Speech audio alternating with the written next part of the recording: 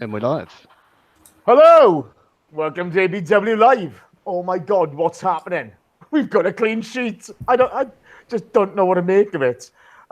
With me tonight, there's a guy who never has clean sheets. It's John Welsh. Well, that's an intro and a half. Thanks for that, Jace. Jace, if you didn't make some kind of quip about that, I was going to, trust me. Thank you, thank you. It was there. It was the low-hanging fruit. You've got to reach for it. Yep.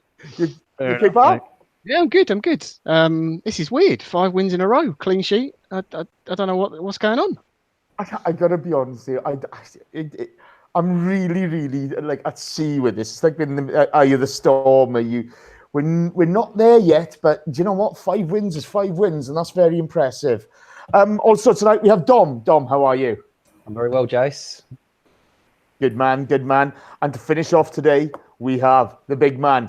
It's that London guy. It's Karl. You right, pal? I'm good. Had a little hiatus, but I'm back now. How is everyone? All good, Jace? Yeah. Been missing you, mate. Been missing you. It's been too long. It's good to have you back. I'm away in Arsenal win, so it may be a little pattern there. So you have to rethink my ABW-ness. No. You stay here. You stay here, pal. You stay here. Right, in the chat box, we have, first in today was Reese1237, then we had Archie, then we had the magnificent J-Rob, then we have Stephen Edwards, Marco Bricks UK, Daz316, Ben Sabers there, Ted Woods is there. Ted Woods is beating me already. I can't believe it. The Lord Hill Wood, Frank Gunner is there. Just Add Chemical X, Thunder Road, he's always bloody trolling us. But Marble Halls TV, Corey CLS, the McManus is there. And if I've missed you, Carly Joel Guna is there. Stan the Man for 50. If I've missed you guys, I do apologise, but let's get on with the show. As always, I'm going to start with John, because that's what I do. Torreira starting, that was the only change to the lineup. What did you think? Yeah, I mean, I was happy. It's what we've been a lot of fans have been asking for, to see him in the middle. Some wanted him with Guendouzi, some wanted him with Xhaka. I think today's lineup is probably, it's still early days, but it looks to be our sort of strongest 11 or starting 11 that Emery wants to go with. I know it's the first time those two have started together, but I just think they complement each other quite well. I mean, the only thing I'm still a little bit iffy on is the Ramsey Ozil thing. I'm still not quite sure that works. And first half we were I felt disjointed. With second half again we improved. Obviously with some more direction from the manager, but no complaints. It's the time of the season now where you got a lot of games. We had the Europa League game, which Herrera played in, but then was taken off after sort of 50 minutes. Good to see rotation, other players coming in and out, everyone getting game time. So, yeah, I'm really confident with what the manager's doing at the moment. It seems to be working. If he's not getting it right bang on from the start, then he's making adjustments and changing things. Then, yeah, it's all good. Yeah, I think, we're at that place where, okay, we lost the first two games of the season, but that was Chelsea and City. Okay, let's make no bones with those two good teams. And to be fair, Jace, just those games themselves, it's not like we played terrible in. We created chances in, especially the Chelsea one. We probably should have won, really. We should have won the Chelsea one. Yeah. We had enough opportunities. So, it's more about the structural side of it and kind of getting the performance right at the moment, to be fair. You can't knock that. Dom, the game started and Everton were clearly on top initially. There was the Calvert-Lewin kind of messed up an opportunity one-on-one with Czech, made the wrong decision, but they cut us open quite easily, Hector playing them on side. What were your thoughts when that started? It's just been like that the start of every match we've played in the last, even though we've won 5 on the spin, which, I'm sure we'll perk up a little bit in terms of, we'll stop bitching and moaning shortly, hopefully, once we get onto the second half. But for me, it's been a little bit same every single start to every game, which the big worry is always running back towards your own goal defending. And the amount of times that Everton made us do that in that first 25-minute period was a little worrying. If they had a little bit more quality up front, when Theo, had his shooting boots on, we could have easily been 2 or 3 down. So I thought Socrates saved our skin a few times. I thought he was very, very good in that little shaky period. But it just seems to me that we're so insistent on playing out from the back, and yet we don't handle teams that press us. So it's just a bit of a double-edged sword there that I hope that we sort of slowly start to figure it out. And I know you were saying in the WhatsApp group, the way you saw the whole playing out from the back situation with it not being enough movement up front, Jace. Yeah, to me, we don't seem to have any balance in the team at the moment. We're top heavy. You're playing Ramsey so high up, he's ineffective. Yeah, he's a nice outlet to play out from the back with, okay? And obviously with the way he plays, the way it's pass and move, he's somebody nice to have there. So you should have him deeper, in my opinion. It's just an opinion. But, you saw Xhaka getting caught in possession. There wasn't anybody for him to pass to. He hasn't got the quickest feet in the world. And, you just need those extra outlets. We haven't got, you've got the fullbacks making the width, and they're not sure whether to stay or go at that point because we are shaky playing out.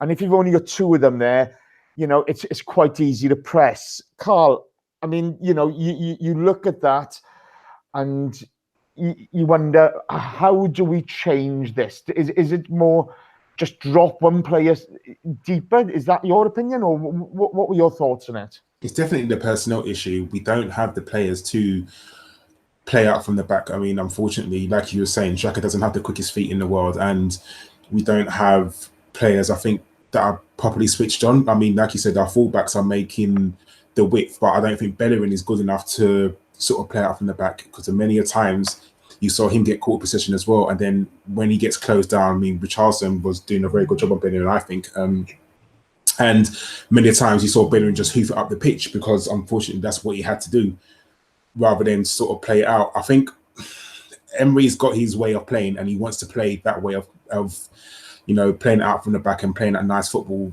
At PSG, he had those sort of players because, at PSG, he had a very good team. And let's face it, it was a feeder league, and they could have done anything in that league and sort of cakewalked it. But at the same time, I think we need to sort of maybe drop it just for a little bit and just, I'm saying hoof up the pitch like Czech always does, but maybe pick and choose when he does it. Because there's times when you want Czech just to, hit up the pitch, but you can tell that it's been drilled into him that he has to play it out, and almost to the detriment of the team, he does it. And maybe be a bit smarter, not every time play it out. Sometimes, you need to hoof up the pitch just to at least just clear your lines.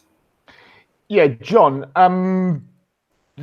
expanding on that, okay, it seems as though at times, we pass, we get pressed, we get caught, and then we go long anyway. What's the solution to this? I think that long, people say long ball or whatever, it's a long pass. That's kind of part of the design of the system, is to draw a team onto you. So you do create space because they are getting dragged out of position. And then we saw a lot today, and our good friend, mutual friend Jeff Holland from Canada Land was talking about the diagonal ball and why we were trying it so much. And I'm no UEFA Class A licensed coach or whatever, but as far as I can understand it, you play out from the back, you try and draw a team onto you. If the opportunity is there to play it on the ground and play around them very quickly, then you do that. That wasn't really working today, and I think that's part in credit to Everton and the way they did pressure us, in particular in midfield. I thought Garner was very good for them in the way he closed down, and he was the guy out front, Calvin Lewin as well. Yeah, so that then forces you into going longer. But because you've drawn the team onto you, you get those diagonals and you get the space to hit in. And when you've got Aubameyang, who today showed some real lightning pace and actually took some people on as well. He beat John Joe Kenny, he's the fullback, isn't he? Yeah, a couple of times. Like, that's going to get you out of situations and create chances. I think the issue came in the first half that we just weren't really on it. The passing was off. Ramsey was too high up the pitch. Like you said, Xhaka was struggling a little bit. Terrell was okay. I don't think it was his best game ever today. I'm still confident. You know, he's going to be good and get better. But in the first half, I think partly down to the way Everton pressed and they did that and closed the space very well. But also we were just like the passes were a little bit off, the understanding, that kind of thing. Ozil wasn't really in the game at all, you know, and it made it very, very difficult for us to create chances. So it's one of those, you've got to persevere with this system. They had a stat on I was watching the NBC coverage with Lee Dixon. Apparently, Petr Cech has made more short passes than any other goalkeeper this season, which is ridiculous because you would think, oh, it's probably going to be Alisson or Edison or someone at Man City.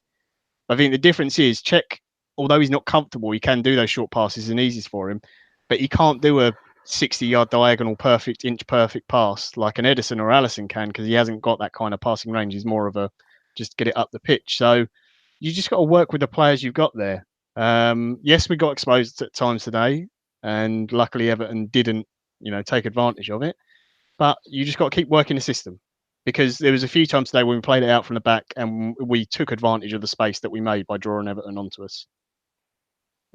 Yeah, it's a strange one, isn't it? You know, you can. The manager has to persevere with it. It's what he wants to do, so he has to be true to his own philosophy. But you know, it's going to take time for us to get it right. Also, you've got two players in Xhaka and Cech, who this is quite hard on. You know, this is quite hard on these two guys because of their skill set. So you know, we have to be a little bit patient. I think. You know, we Dom, you look at it. Everton are on top. Monreal had but we broke quite afterwards. We created a bit of space. Monreal had a shot saved by Pickford. We saw some brilliant interplay in the lead up to that. Did at that point you think, all right, we're going to get going now? You know, you hope that something like that kickstarts the team a little bit. I think. I mean, we're going to obviously get onto this in the second half, but you saw later in the game, Ramsey and Ozil and those players came into the game a lot more as the opposition gets a little fatigued, and it's a little easier for us to stretch them. Now, I think the trick is to try and be able to do that with a fresh opposition, and I think that's the part that we're struggling with because there's no question Ozil's a world-class player and Ramsey's, you know, near enough world-class player. Whether they're doing it in this system or they're doing it consistently enough, we can talk about that, and obviously we are. I didn't think Ramsey was great today, but he did get 2 assists. So, you know, it's just trying to get the ball moving fast enough through an opposition to be able to get Aubameyang and Lacazette in positions to do something, or even Ozil in a position that he's got some space to create. We found that very difficult in the first half of all of our games so far. Yeah, Karl, is that due to sort of we seem to be a little top heavy, and you know, maybe that's just my opinion, but it seems to be a little bit too intricate. We don't seem to have runners coming on. Do you know what I mean? There's nobody coming in to make the late man. You know, it all seems a little bit too intricate at times. It's because we don't have wingers, and I generally think that's what it comes down to. We don't have, you know, that player that wants to hug the touchline and then can dart into the middle. We don't have that natural width. You know, as much as we like to put Aubameyang out on the wing, he is a striker, and his natural instinct is to drift in, and he wants to stay in the middle. And it's very hard. You can tell that it's very hard for him to always be on the outside because he wants to play up front. He wants to play through the middle, and he's being told obviously to sort of drift out. I think if we had wingers, and I mean natural wingers, then you would get that sort of the person who instinctively would run in, and I think that's what we're really missing because you look at the Arsenal team and we don't have a natural wide person apart from our fullbacks. You know, Ozil's not a natural wide person. Aubameyang's not a natural wide person. If you're looking at our team, the only person you really put in there is maybe Iwobi. So of the whole team, we don't really have a natural person to go out wide, and I think that's the issue. Yeah, there's a couple of aspects to this, and to be fair, I mean, you know, like you can't knock him his effort today, but it's a work in progress, Jace. Yeah. You know, like, and this is gonna continue on until at least Christmas. We're gonna have periods of games that we look great, where the interplay works and players. We do have some good chemistry there, like you mentioned earlier. But with a big system change like this and this playing out from the back, you can practice all you like in training, but it's not the same as playing a game. And, no, absolutely. And the thing is in playing a game, if you make a mistake, it's going to get highlighted and we're going to talk about it for the next 30 minutes and we're going to pick it apart and say how it's not working. But Emery has to stick to his guns, does he not? Yeah, absolutely. He's the boss. And you know, and to be fair, he's got 5 wins on the trot in the bag. Okay. The only defeats are to Chelsea at their gaff and to City, and City were excellent against us. So, you know, you have to bring the realism into this and say, well, you know, we're probably where we should be. You know, we're probably exactly where we should be. And it's just, you know, for getting these guys to gel and get used to what he wants to play. So, yeah, I think you're right. You know, I think, it's just that kind of thing of, you know, there are so many steps to the building blocks in this team, and we're at the base at the moment. The big positive from today, Jace, I think, just talking about the game in general, is that, you know, we didn't play fantastically first half. You know, we gave Everton some chances. Second half, we were better. I still don't think it's the best we played this season, but we come away with a 2-0 win. You know, this is so far from what we were experiencing last season. It's so, you know, if we played badly last season, we were losing embarrassingly so. You know, only away from home. At home, we were. Oh yeah, true. But you know, if we played back, you know, we've done it already this season. We haven't played great away from home. We've got results. Yeah, I think that's such a huge difference. And like some of the goals we conceded last season were so embarrassing, like so basic. And yes, I know we've put goals in this season. Yeah, I'm sorry, but you know, Thursday night. You know, yeah. That's you know, but this, like Carlito Alguna. So he's saying this is what you would call winning ugly. You know, this is what the sort of thing we've cried out for so many years. You know, and we saw it. Lacazette's goal. You just seen it. For anyone watching live, Daryl Kane just great comment. Lacazette's goal gave me a chubby. It was amazing, and we will get onto the goal because that was just. Whew. I went from 6 to 12 pretty quick too. But yeah, like Archie says as well, pretty football isn't everything. It's sometimes you just have to get the results, and I think whilst we are going through this period of adjustment, learning the tactics, people learning new positions, you know, new partnerships and stuff throughout the team. If you're getting wins, I honestly, I don't care. Of course, I'd love to see us playing champagne football and, you know, and playing people off the park. Everyone wants to see that. But it's all about getting the results, getting 3 points, because, you know, the way some of the other teams in the league are playing at the moment, United are pretty bang average, to be honest. And Mourinho's probably going to go mental halfway through the season and get the sack or quit or whatever. You know, Tottenham are getting lucky wins, but they bought absolutely no one, so their team's going to explode. Probably like their stadium that still hasn't been finished. You know, halfway through the season as well. So there's a real chance of getting back in the top 4. You know, the Europa League is a real opportunity to win a trophy as well. And for a manager who's come in and he's got a really hard job to try and totally readjust the team and the way we're going to play, and also try and get the fans on board and everything else, it's such a huge opportunity.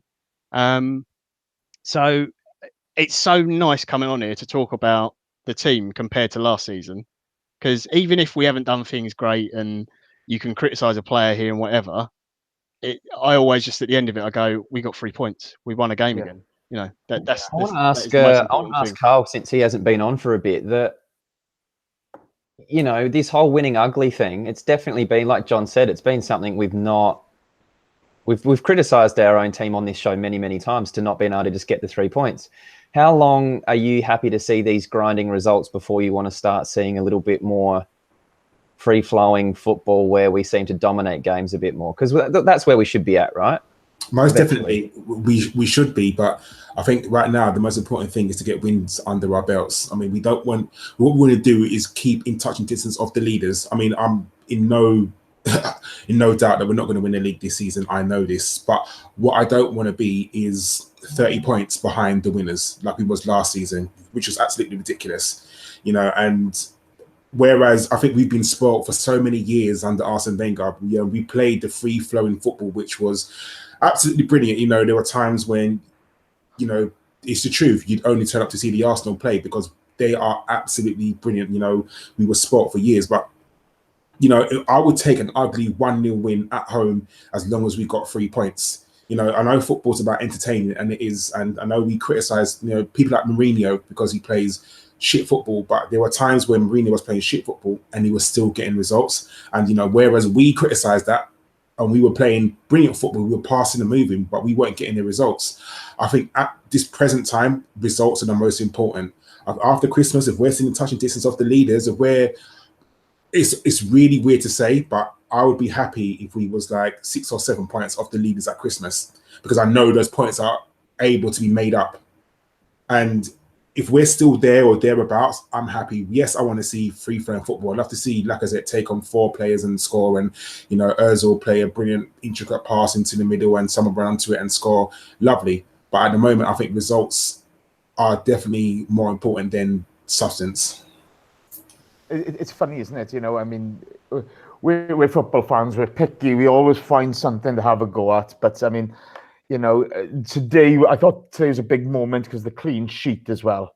I don't think we were fantastic defensively, but we got our clean sheet. I'm not sure. Sorry, I do apologize. Somebody mentioned it in the box, but Czech gets his clean sheet. He's taking a bit of stick because of playing out of the back. But you can't really fault his performances as a goalkeeper making saves this season. Oh, he was huge in the first half. Yeah. He kept us in it for sure. And there's a lot of positives to take from that. I'm gonna go to actually I'm gonna stick with you in this, Dom. No. So John on this, because it's John's bag. This is, and then I'm gonna come across to you, Dom. We mentioned Torrier earlier on. I don't think it's particularly a great game from him today, but I thought I saw a massive amount of positives from him. In the way, at one point he was tracking back and he was aware enough to look to try to play offside when they were counter-attacking. He's nippy. He's around the place. He wants to take on the tackle, but the yellow card he picked up. Was he lucky to stay on the pitch? He's out of control. He's off his feet, and the studs are up. I think it's. I mean, the yellow card was fine. I don't think it needed any more than that. I know some people didn't even want a yellow. I thought it was because he does go off his feet. He jumps in a little bit at the end, but it is a genuine attempt to win the ball. It's not a.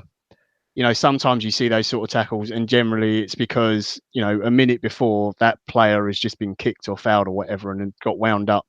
That is just, Torreira is just, he's a little terrier and just wants to win the ball back all the time. There's no real maliciousness in him. I've never seen it when he was at Sampiva.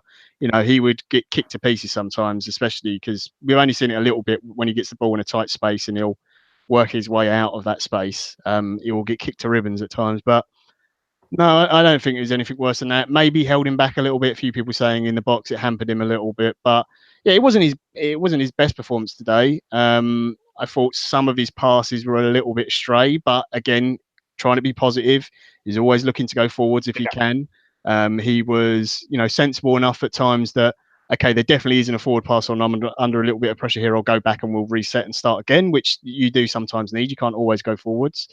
I thought there was a great example of his positioning in the, I think it must have been, was it the second? Yeah, I can't remember if it's first or second half, but he was sat in between Mustafi and Socrates, and he just like sort of cleared out Calvert-Lewin, but whilst taking the ball, just read it well, got there first, intercepted, and then distributed it, and then fell back into a position again to cover.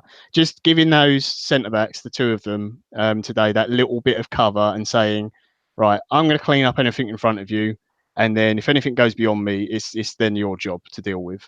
And that little bit of security we really missed today. We've missed in the past, but yeah, not his best game, but I think you saw flashes again of what he can do, what he's about, and even a couple of times when he got like a bit closer to the box, where he could have had a shot, but actually he disguised it really well. Looked like he was going to blast it, and actually played a really direct fast ball into, it might have been Ramsey or Lacazette, and it didn't quite come off.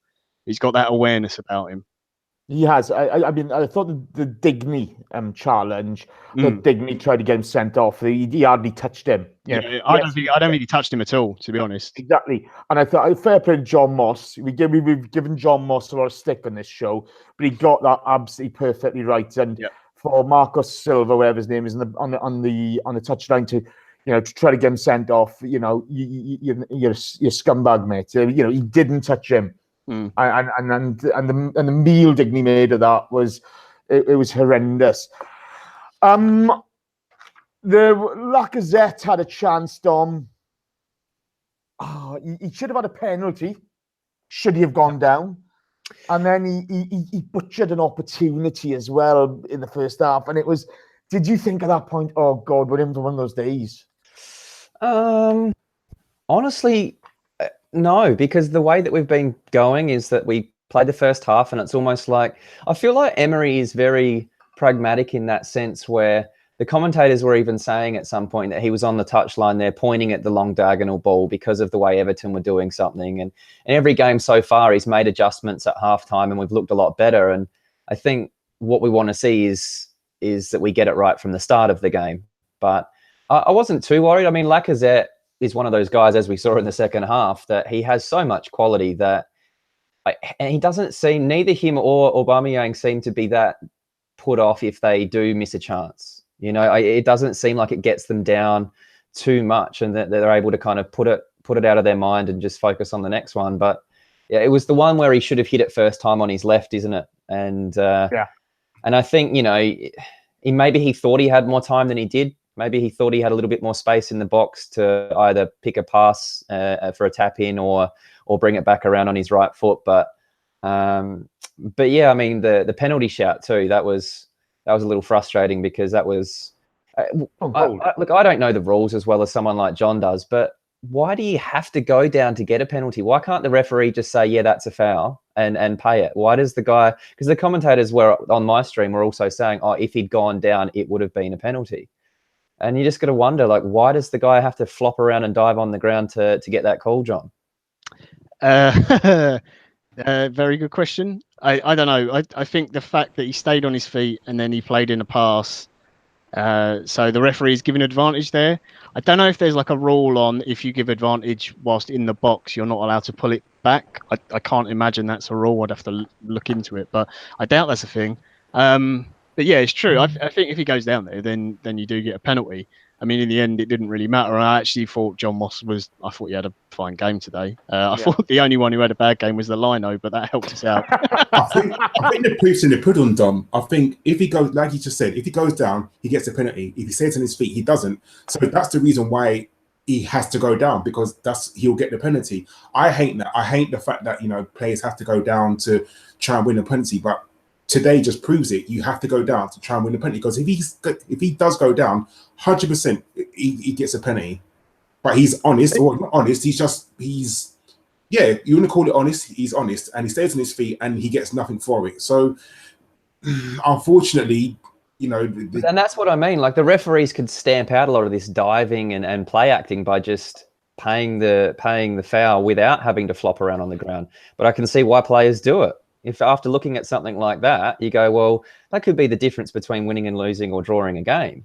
I think the other thing is, I don't know what view John Moss had on that at the time. I don't know what position he was in, because the other thing, if you can't see something clearly as a referee, you are not supposed to give it for a penalty anyway. You're only supposed to give a penalty if you are like 100%. If there's any doubt, you're not supposed to give it. I don't know. Jack, now good view with that.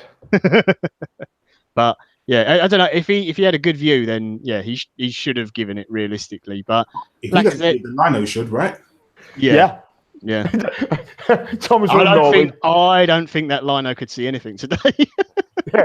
Thomas from Norway just said VAR can't see into a man's heart. I like that a lot. Okay, that's the first half over.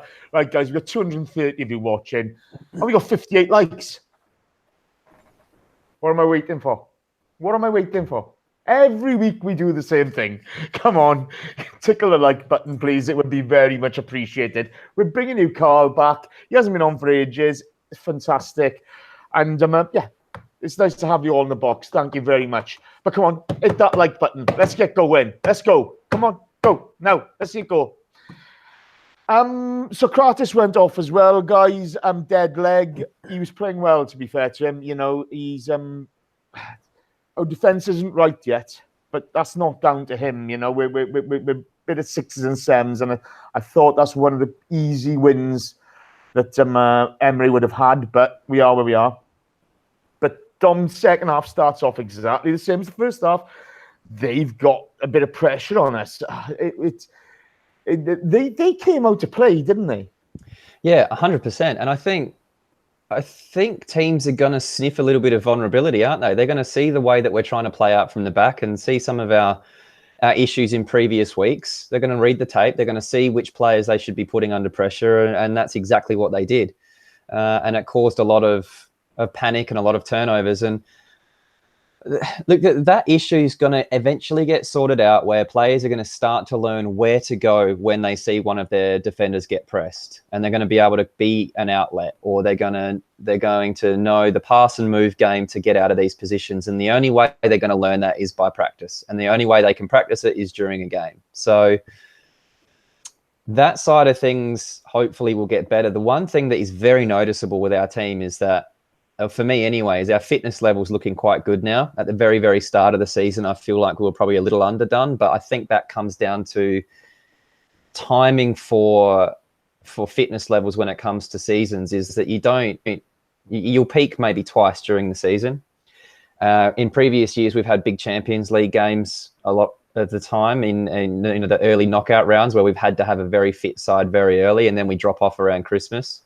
I see it a little bit differently now, where I feel like we're going to try and set ourselves up to peak around that Christmas period, which will be nice. But you start to see when teams get a little tired, like Everton did, that's when your Ramseys and your Ozils, and I mean, even Hector Bellerin got a lot more freedom on that right-hand side in the second half because of I guess the intensity started to drop off a little bit from Everton. And that's the other thing. If a team's going to press you like that, it's very difficult to do that intensity for 90 minutes. And maybe that's something that Emery might play around with a little bit and see if we can be 0-0 until the 50th or 60th minute, knowing that we've got that in the locker, knowing that we can turn the screws in that last 30 minutes of games and start to create those more clear-cut chances. Yeah, no, absolutely. We get Ozil takes a corner. I'm trying to do the Galatasaray thing again. Straight out to Ramsey. Ramsey's shot was saved. Then we have a shout, Karl, for the handball and the penalty. That would have been a bit harsh, wouldn't it? Yeah, I didn't think it was. It was very close to him. I always judge it on, if that was given against us, would I be pissed? And I would have been. So I think you kind of got to look at it in context, and he was very, very close to him. If it had given to him, you would have been, we were lucky there. You would have been like, oh, well, like, it is what it is. But had that been against us, I would have been fuming. Yeah, absolutely.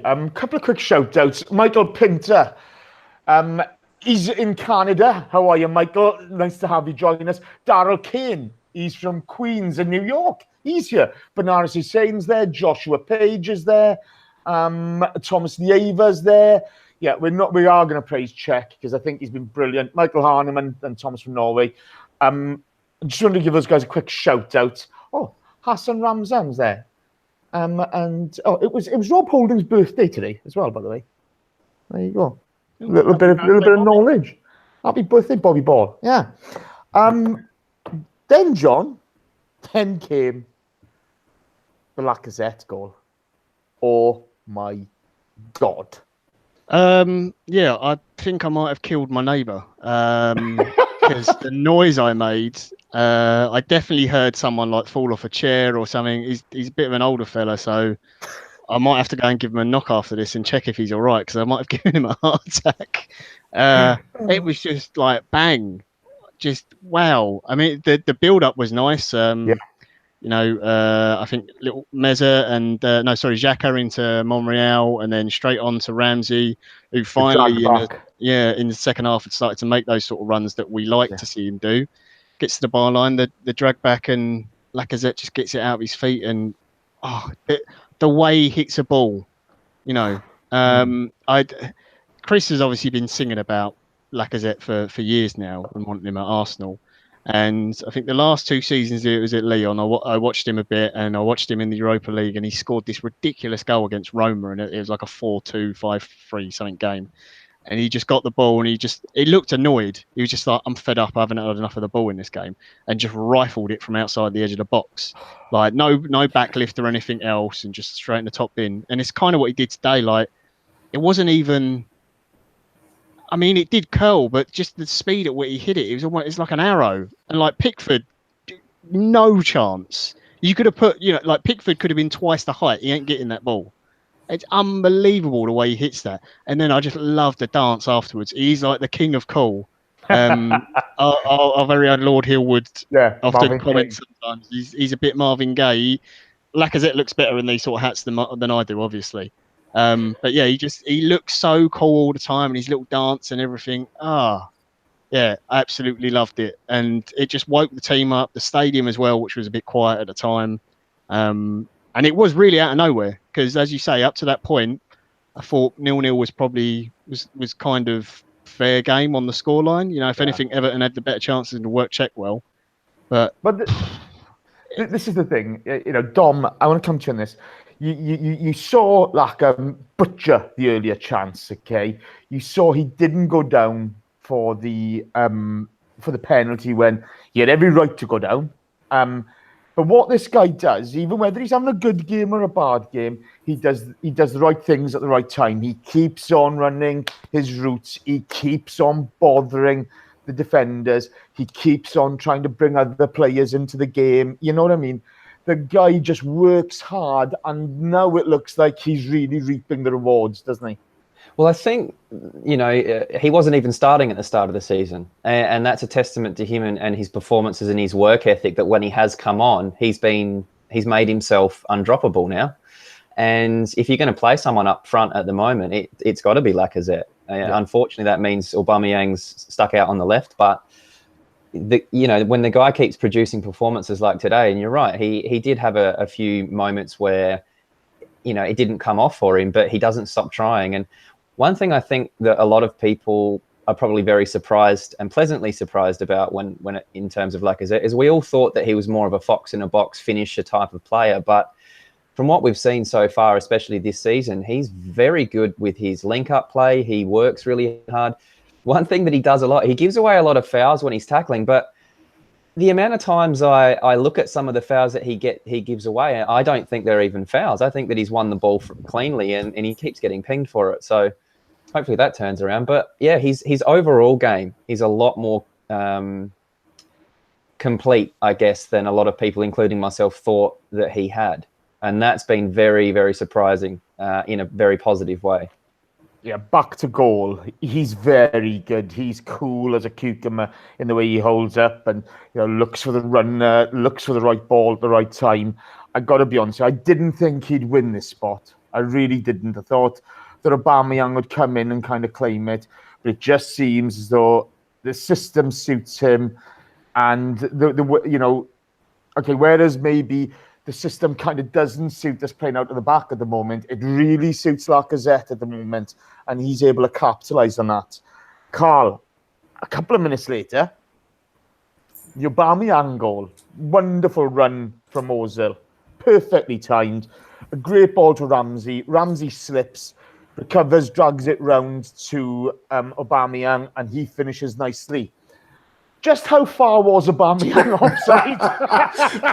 He was in the goal, wasn't he? It was ridiculous. How that goal was given, I do not know. Like, I'm not complaining. I am absolutely very... Do any of us care? Do any of us feel even the slightest? Not at all. But if that was against us, I would have been fuming. But do you know what? I don't care. I genuinely don't care. But Jesus Christ, that was so offside. It was... I don't understand how the linesman doesn't see it. Like, I genuinely don't understand what he's looking at for him to think, oh no, he's onside. Like well, maybe the linesman got confused by the fact that Ozil should have shot but didn't, and he passed it to Ramsey, and then Ramsey should have shot but sloughed it, and then by the time Aubameyang got it, the linesman probably thought that we should have scored 4 times already. I got to be honest. I think the linesman is probably watching Ramsey slip and thinking, "Oh, you butchered that, son." You know what I mean? But it's not even that. It was Ozil and Aubameyang were both offside, which just makes it even better. But no, do you know what? I don't care. I genuinely don't care. We scored. I'm happy. But Jesus Christ, how the linesman didn't see that, or even the referee. Like, I don't understand how the referee doesn't see us offside as well. But again, we scored. I'm happy. 2 tears in the bucket. Fuck it. I don't care. I got to be honest with you, John. I mean, you know, it was some lovely link-up play. You know, with you know, I mean, Ozil's run and the pass into Ramsey. You know, even when Ramsey slips, the drag round the corner is lovely, and the finish is sublime. I actually thought that Ozil's pass wasn't very good. I actually thought it was a little bit behind Ramsey, which is what led to the slip. I saw some people moaning that he didn't shoot. I kind of get it, but you know, Ramsey's got a tap in, so he made the right choice. But yeah, the pass I thought was a little bit behind him. Ramsey then slips, and what the lino's looking at, I don't, because at first I thought, oh, maybe he's seen Ozil and he can't see where Aubameyang is, and I'm like, no, Ozil's like, you know, Ozil's basically near enough on the byline, so he can see how far off Aubameyang is, and the fact also that for Everton, I think Keane was the only one who called for offside. It's like, what is the rest of your team doing? But yeah, look, I'll take it. We needed a bit of luck. The game just flipped on its head in like 5 minutes, and it was a weird game in that sense, because we hadn't like created clear-cut chances, maybe 1 or 2, but just that Lacazette goal just sparked us. Then all of a sudden Everton have to open up. I think we started to play a little bit better second half anyway. As soon as teams start to move a little bit more forward and there's a bit more space, as Dom said earlier, they're getting a little bit more tired because they are working so hard trying to press us. It just makes those tiny little half a yard here, half a yard there that you get the space. Ozil can exploit it. Ramsey can exploit it. Lacazette, Aubameyang, all of them. Yeah, like happy to get it. He does his goal celebration. Him and Laka have their little bromance. What would happen if you tried to do that celebration, John? I've tried to do a backflip once. I got all the way over and to the point where I landed flat on my face. That was fun. I might have been a little bit drunk. And I tried to do a forward flip once out of a kebab house window. Didn't work very well, because as I flipped forwards, I didn't think about where my feet would go, it was one of those weird windows where it opened at the bottom, not at the top. So my feet just went straight through the glass. Yeah, and in that case, I fell flat on my face as well and into a load of glass. So it's not a good idea. Don't recommend it. What were you celebrating? Getting a kebab? No, someone bet me a fiver. I wouldn't jump out the window. I was like, what, £5? I'm drunk. Yeah, I'll jump out the window. Anyway, completely ignoring the actual game. Jason's going to moan at me now. Yeah, just ridiculous. You know, I love that goal. It's great, and I love that Aubameyang scored another one. He's got the confidence from midweek from the Europa League game. Lacazette gets another goal as well. Their little partnership and how they're playing and they interact and everything is good. And the fact that also that they kind of laughed at it. The best thing actually about it was as Aubameyang's doing his celebration, if you look in the background, you can see Ozil come over and he like points at Ramsey and he's like, "Why didn't you score? You've robbed me of an assist." He's almost moaning. He actually looks at him. He's like, "What did you do?" And like Ramsey's laughing. And he's like, "Well, yeah, I had to do the thing." And like even Aubameyang looks at Ramsey and he's like, "Why didn't you just score that? I mean, I'll take the goal, but sure." So no, it's nice to see like good atmosphere in the club and everything. It's great. It does seem, Karl, it does seem as though, you know, it is tough for us at times. It is. Let's make no bones about it out there. But they do seem happy. They do seem like they're enjoying. You know, yes, of course, you know, defensively, we are struggling slightly. But, you know, Czech's making great saves. You know, the playing at the back is the one area where we struggle and when we're caught on the break. But there's a lot of positives to look at here, isn't there? Most definitely. Like I said, we are I didn't think we was going to be top of the league by no stretch of the imagination, but we're there or thereabouts, and that's all you can ask for. We are playing good football. We've won 5 games in a row. For every positive, there is a negative, but I want to focus on the positives right now. We're scoring goals. We kept a clean sheet. Czech's making some good saves. Our players are happy. They look happy on the pitch. You always enjoy your job when you're happy. If you're happy at your job, you enjoy it more and you do it to the best of your ability because you actually want to go out there and do it. There are some times where, you don't want to go to work, and ultimately this is the job for them. This is what they do for a living. So if you're happy and what you're doing, you like your teammates, and you're more willing to pass to them, you're more willing to, make the extra run for them. So it's all good, and it can only get better. At the moment we're playing teams where we're expected to beat. We are expected to beat the likes of Cardiff and the likes of Newcastle and the likes of West Ham and the likes of Everton. And yes, we come up against 2 very good teams at the beginning, and we didn't do so well. But we come against Man City, who will be first or second, let's be honest, and the Chelsea team, who are playing extremely well. The test will be when we do play again. The Man Uniteds, the Liverpools, the Spuds. We got them games coming up, and as long as we keep playing to the best of our ability, and that's all we can ask for, and if we can get some points against those our quote unquote rivals, because that's what they are, top 6. Hopefully, we can put in the same performances as we're doing now and get some points from them. No, absolutely. I mean, look, Liverpool is the one 3rd of November, and there's a few games there. We got Watford, who are going to be tough. The Palace maybe, but we're on a good run at the moment, and we need to keep it going. But it is nice to see. Now, talking of frustrating, there's 250 of you watching. I got 97 likes. 97. Are you just trying to wind me up? Are you just leaving it there now just to tease me? Why aren't we at 120? Come on. Let's go. Let's rock. Let's go. The guys give up their time for this. These guys got jobs to do. They got work, And it's I got nothing to do. Sunday. I'm trying to paint a picture, yeah. Not very well, but I'm trying to paint a picture. I've got to say, even today's game, Jace, you list those games coming up that are going to be tough. Watford, I think even Leicester could be a little bit tricky. They look half decent this season.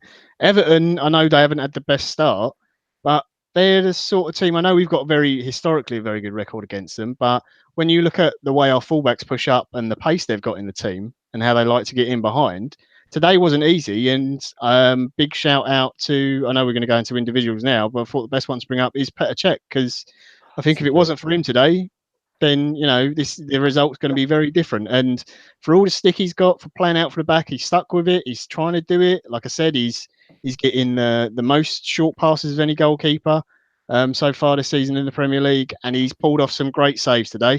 Couple of them were routine, fair enough, but he made some great saves. He's tried to play out quick from the back as well. I think for as much as he's struggling with certain aspects of the change, he's doing brilliantly, and I'm really pleased to see he's getting back into his form. He's a proper pro, and I think actually, what we've not seen this season, which is a little bit of a thing. Yes, we've conceded some poor goals. Let's make no bones about it. But the ones at the near post where the defence hasn't defended properly in certain areas, we're getting caught by pace, not by silly little mistakes. Does that make sense to you? Yeah, absolutely. I mean, and also some of the sort of goals you saw Cech concede at times last season, they're being eradicated. The little ones down to his side that sometimes he was a little bit slow to get down to. The header today, Matthew Hudson's just brought it up I think it was from Michael Keane. Yeah, like the way he got down for that, not just the fact he got down and stopped the shot, but he curled it around the box as well, put it out of the danger area. It wasn't just getting pushed back out into the open, which we saw a couple of times last season. I just think he's been absolutely brilliant. I know it's disappointing because we spent all that money on Leno, and obviously he is one for the future, and you can't really just judge him on the Vorskla game. But Cech at the moment, there's no reason to drop him. He seems to have a good understanding with Socrates and Mustafi as well. There was one point in the game before Socrates went off where, Socrates said to him, look there, just like clear it up and stuff. And Cech didn't get upset or anything about it. He said, yeah. And the communication got better from that point on, that kind of thing. So I just think the defensive unit itself is working better. Yes, it is getting exposed at times, but I think that's more of a general team issue than those individuals themselves. And Czech, I think, is a big part of that, and the fact the defence has improved. I know we can, like you said, we conceded some bad goals, but he himself, I think, has been brilliant. There's a distinct lack of pace there when we don't see him pushing so high up, do we? So I think that may have something to do with it. To be fair to Socrates, he's not my favourite player. Let's make no bones about it. But I think he's done very well. I think he's been our best defender this season. To be fair. Yeah, easy. Jace is going to sit there and arm and because he had a thing against Socrates before he'd even kicked the ball for us. He's been our best defender. The boy's got no pace. I think he's done very well. I think Mustafi gets a lot of grief for no reason at times. I think Mustafi gets grief for falling over when nobody's near him or kicking the ball straight up in the air instead of clearing it properly. He goes to ground easily, okay? But he goes to ground easily and misses the ball as well. I think Hector's role in getting forward has been superb. Yeah. Nacho is solid citizen as ever. I think the one worry is, you say somebody's been our best defender, but when you're letting goals in and your centre halves are nowhere near the two runners in the box, I've got an issue with that. I've got an issue that there's no responsibility there, but that's a side issue. To be fair, that doesn't take away from the fact that I think Socrates has done okay. He's done very well. To be fair to him, by the end of the season, Jace will actually say he likes Socrates. Never. No. I'll tell you why he will, because Socrates has that little bit of bastard in him, and Jace loves that, and that's going to grow on him. A little family just took the player out. He loved that. Secretly, deep down, Jace just wait until like the Tottenham game when he absolutely puts one on Dele Alli and he looks at the ref and he's like, "What? I didn't." He scores a 90th minute winner against Tottenham. Jason might crack a smile then. Yeah, might crack a smile. But no, it's one of those things. We needed somebody with pace. My big issue was we needed somebody with pace. But to be fair, the guy is what he is, and he's coming. He's done okay. As for somebody is in what they are, and sort of coming on and doing quite well today, Dom, I thought Alex Iwobi, there's an improvement in his overall play. He had a big part today, but I thought he did quite well. I think he's actually just benefiting from the fact that he's not lumped with that amount of responsibility and criticism that you get from playing week in, week out, 90 minutes every week, and it's no secret that we can be a little bit critical, right? As a fan base, or just in general, now that everyone can have an opinion. So I think he's just he's one of those players that when he gets brought on, it's usually when the teams are starting to get tired at the end of the game and the game is being stretched and he has a little bit more space and the game's a little slower by that point. And I think that's where he sits. I can see him getting some Europa League action where, the opposition probably won't be of the standard of the Premier League. But that's where I think that he's really starting to be able to get used in a way that's going to help him develop. Because I don't think he was developing all that much in the last season or so.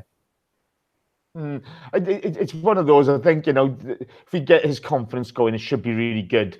There's a quick shout out to Jonathan Luis, who's from South Africa. Hello, Jonathan. How are you?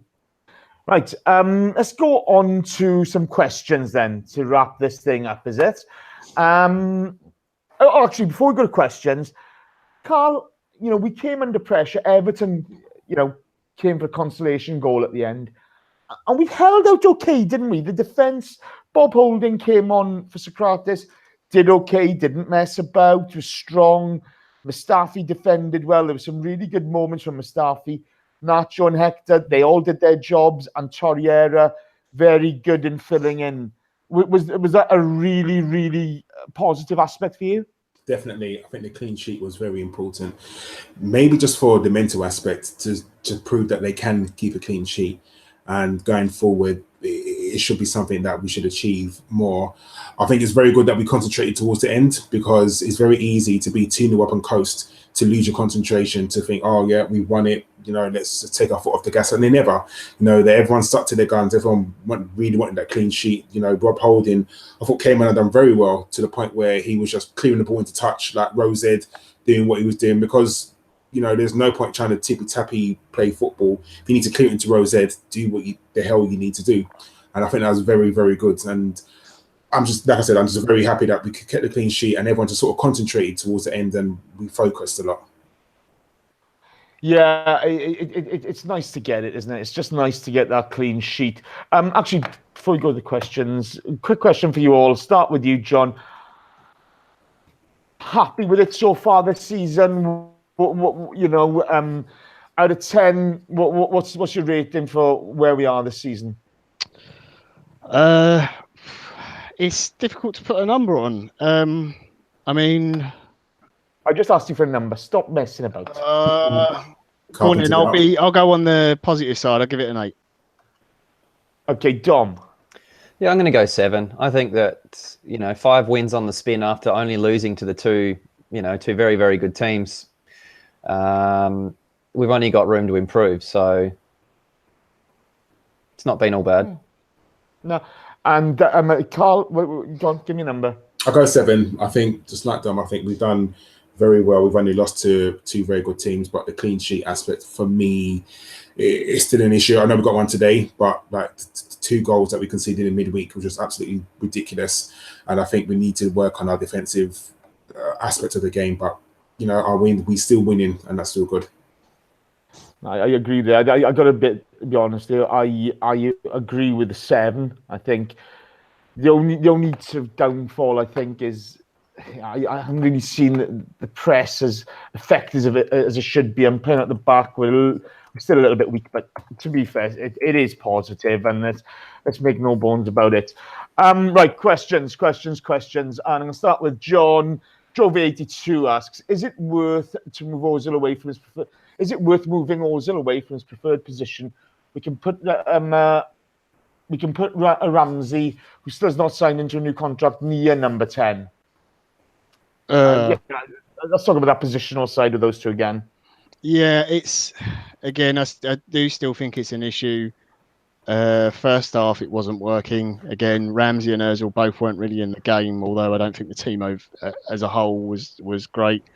Second half in games, we've seen it work, but I'm still not convinced by this Ramsey playing up so high, because at times, we're chasing down in a 4-4-2 and he's almost a second striker, and I don't like it. I think Ozil playing from the right does diminish his ability a little bit, but he still gets involved in games and still does things. So, I don't know. The contract thing is a side issue. That's a separate issue to what you're doing on the pitch. As long as you're still putting in the performances, then contract stuff should be separate. Yeah, no, I agree with that. And it's like this thing of I keep on getting stick about should Ramsey be sold. Well, it's not a case of whether should or shouldn't. We should have sold him season 4 last if we're going to do it. Yeah. The bottom line is he's still there. If he doesn't want to go, he's not going anywhere. Yeah. He and the club need to come to an agreement. They need to re-sign him. It's as simple as that. I mean, to put it simply, if you're playing with the 11 we had today, I'd like to see it more of an actual 4-3-3, and that Ramsey is more of a centre mid than a 10. Which I think you can do. And I think at times you did see that today. So you just need to see it more often. It's not difficult, is it? You can invert that triangle whenever you want. You just, it just means that you've got to drop deep at these times and then really push up. But that's just the mechanics of the structure at the moment. Dom, Corey Austin asks, does anyone know the number of crucial passes misplaced? I'm referring to key passes in key positions. I have the impression that that this is a worry for us. Now, we don't have those figures, but it is a bit of an issue where there seems to be, like Torreira this week, Ramsey last week, Xhaka kind of suffers from it, where we're not, our misplaced passes, we're turning off the ball a bit too easily at times. Yeah, I think especially early in games when the opposition's fresh and they've got the energy to it, it seems like they're man marking our midfield. And then, we're getting pressed so much that there's no out ball because, you play the short pass to your teammate and there's already a player right on them. So it's almost like, you see guys putting their teammates under unnecessary pressure. And that's where I guess the long diagonals that Emery was asking for help out a little bit because you can run into that space. But I think it's just going to take time. It is just going to take some time. But I do agree that there are a lot of passes that we seem to get wrong that then turn around and cause us to have to start defending pretty quickly. And that's definitely something that I'm assuming that he's going to be focusing on quite a lot. And I do expect it to get better because he's the type of manager that will identify these things and figure out how to stop it. Oh, yeah, I like that. Karl, Adam Bellchamber asks, thoughts on Holding? I thought he did very well today.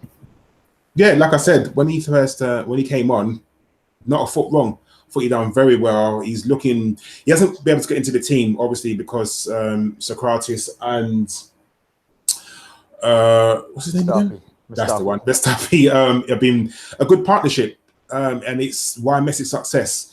I think he'll definitely get his time in the Europa League, 100%. But depending on what's happened to him now, he may get his opportunity. He didn't put a foot wrong. He was cool. He was composed. He was very, very good. So, credit to him. And hopefully, when he does get his chance, he takes it with both hands, and which what he did today. Yeah, what sums him up for me is there was a point in the second half where he made a clearance, and Tom Davis followed through in on him. He didn't moan. He just gets back up. He got back in a position, and he's all business. To be fair, Bob Holding, and I hope he comes back to that kind of form that he showed when he first joined us, because that would be lovely to see that happen. John Pete Coulson asks, tactically speaking, apart from playing out from the back, what discernible difference does Emery have from the AW style so far? It's hard to put your finger on. I think is a fair comment. We've only seen the pressing a couple of times. I don't think we haven't seen it in every game. We've seen it for periods in a few games. But the passing out from the back is the big thing. That's the huge difference for me. So, I'm not. I said earlier, I'm not a football coach, so I can't see the masses of difference in the way we're setting up defensively. The one thing I would say is that we are using the width better. We're using our fullbacks for width. I know we did that previously, but they're actually holding to the touchline a lot more.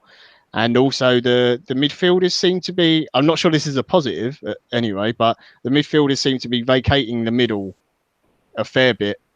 And at times it's almost, Xhaka and Torreira are going where the fullbacks are and they're pushed up and there's like a back four gap and then the forward six sort of players up the pitch.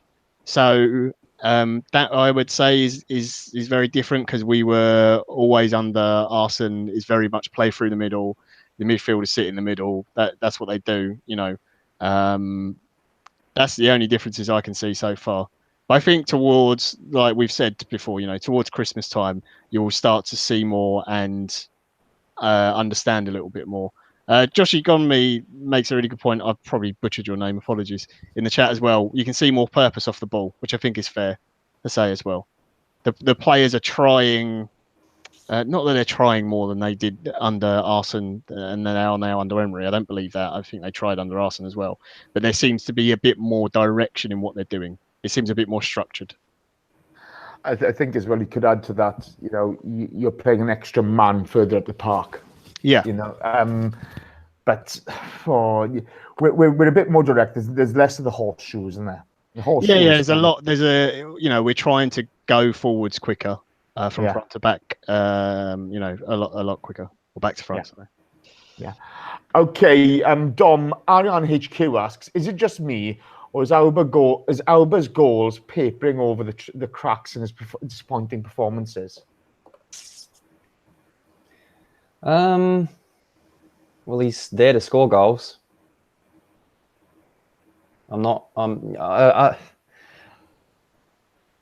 He's not that kind of player, is he, like Lacazette, where he'll get involved as much in link-up play, passing and stuff. And there was a couple of times Lacazette set us free down the right-hand side in the second half, which he did just brilliantly to pass to Ramsey there at one point. And Aubameyang's going to get on the end of stuff. That's his job, to make those runs, to get into those spots and to finish goals. And he did it midweek, scoring 2. He got another one today.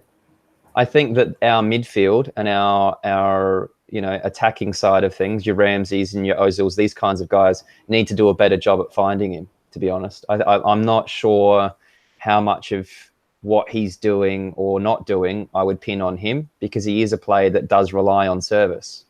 So if he's not getting that service, he's not going to drop deep to get the ball, to create, to dribble around. His job, and we know what he's like, he's got the pace to get in and behind. So I don't know, John, what do you think? Yeah, I mean, perfect example of that today was one of our breakaways, and he was on the right-hand side, beat the man, and he just, it was absolutely blitzed down that right wing. But I think Dom's right. He is a player he's playing out of position. He's getting back to help when he can. But he's not being found enough when he does make the runs.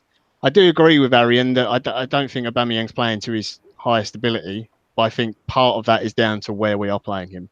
And I think you have to sacrifice, if you're going to play him and Lacazette, I think we've got it the right way around. I don't think you play Lacazette as the wider man. That's fine. You play Aubameyang left because he's got the pace and he likes to come in from that side anyway. But you are going to lose something in terms of his overall performance.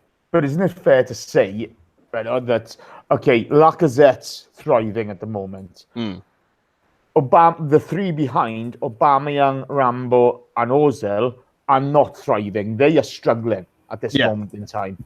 You know, you saw Aubameyang's 2 finishes on midweek. They were wonderful. Okay, you get a couple of assists from Ramsey today. Mez have got a goal midweek, a goal last week, an assist or whatever. You know, we're seeing the germs of something happening. You know, that germination process. But these 3 guys at this moment in time are in and out of the game. They are struggling a little bit, but that's part of the teething process in the way we develop our game. Is it fair to say that? Yeah, I think that, and also you've got to look at the fact that Ramsey's playing up much higher than he was before, which is going to make him struggle. We've already spoken about that. Ozil is playing from the right-hand side and not behind the players. He's now running onto a ball rather than receiving the ball to then make the pass a lot more, which is different sort of game for him. And I think when you look at the 2 centre mids and the fact there's been an argument all season over who's supposed to be starting in there, until you get that right, then your service isn't going to be spot on. Well, I think this is why you've seen so many different people get goals. You've seen the fullbacks getting in behind and making those cutbacks and stuff, and we're getting more joy from that kind of thing, because the service from the 2 centre mids, whilst I think, you know, the 3 that have been playing in there the majority of the season have all been good, the partnerships haven't been worked out yet. They don't know exactly where they're making the pass, making those balls, that kind of thing. And until you get that right, the ones, you know, the 4 up front are going to struggle a little. Okay. Karl, Marble Halls TV asks, if Sanchez came back, would you take it? He's been poor at Man United since Mourinho's style is so different. He's gone. Come on. No, he's gone. He doesn't matter anymore. Like he's it's like asking if Theo came back, would I be happy? Like he's not a player of ours anymore. He's Man United's problem. He was poor for us the last 4, 5, 6 months too. Everyone forgets that. It's not like he was tearing it apart and then left and then went to shit. He was already terrible. Yeah, he was. Listen, his Man United's problem. I don't really care. You know, the fact that he's struggling. It's neither here nor there for me, to be honest. I'm happy that he's, like someone just said, he's bankrupt in Man United, like 500 grand a week or something along them lines. You know, I genuinely don't care. As long as he doesn't score past us, he's not our problem anymore. He's not our player. He's moved on. We are where we are. Sorry, I got to be honest with you, the distinct lack of Dom pointed this out in the groups the other day. The distinct lack of grief for Sanchez, as opposed to the grief that Mesut gets, is phenomenal. But imagine you're Paul Pogba at Man United. Every single thing you do gets criticised and scrutinised, and he's looking to his left and going, "Have you seen this Chilean bloke? You seen how much money he's getting? And he's done nothing." He had the worst pass accuracy of anyone on the pitch, and the reason I mean the chat box is probably going to get annoyed at us for talking about a player that doesn't even play for us anymore. But the reason was because the media gave us so much stick about how bad it was for Arsenal that our talismanic player left us, and they've all gone very, very quiet. It is. Look, it's funny. Fuck them. Okay, fuck them. Right. Sorry.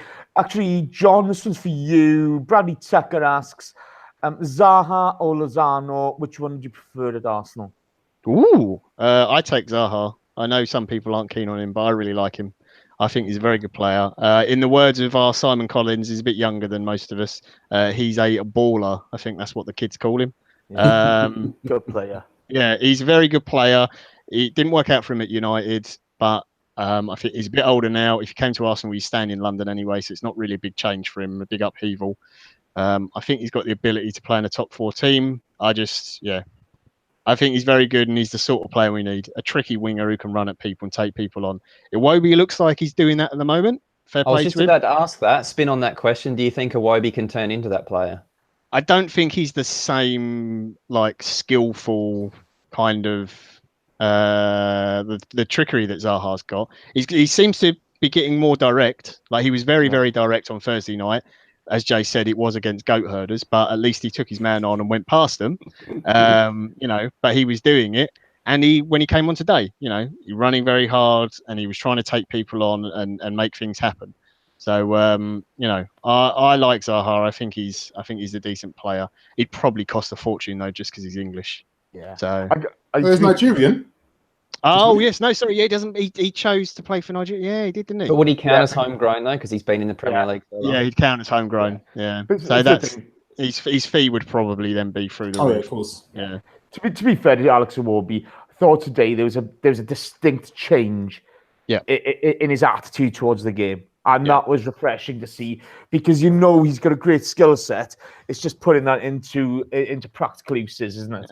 The only reason, very quickly, that I'd take him over Lozano as well, just because he's already got the Premier League experience. But Lozano is a very, very good player. I wouldn't say no to him either. Okay. Dom Guendouzi. Oh, so John Bernstein asks, Guendouzi with Torreira or Xhaka with Torreira?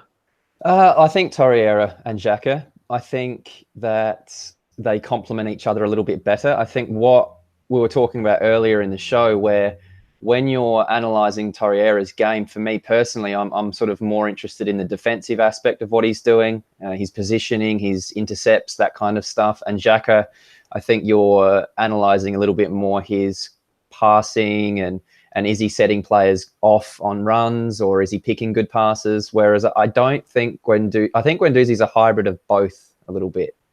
I think at the moment, having an out-and-out player there that is just able to nip around, intercept, tackle, get in there and break up play, and then let Xhaka do what he does best, I think that's probably the way to go. And I feel even just the eyeball test, I feel like when I've seen both sets of players play with each other, I feel like Torreira and Xhaka just seems a little bit more balanced, I'd say.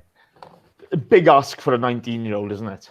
Yeah, he's going to take time. He has had some good performances. He's done some great things. He's done some not so great things, but he's still learning. Absolutely.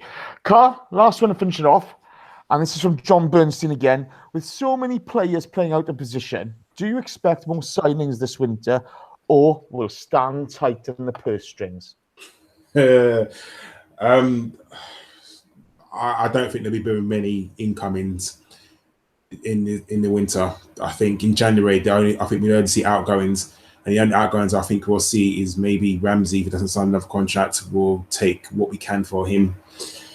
Maybe a few loans, but I can't see many people coming in, maybe another defender, maybe. And it also depends on what kind of injuries we have around that sort of time as well and where we are in the league.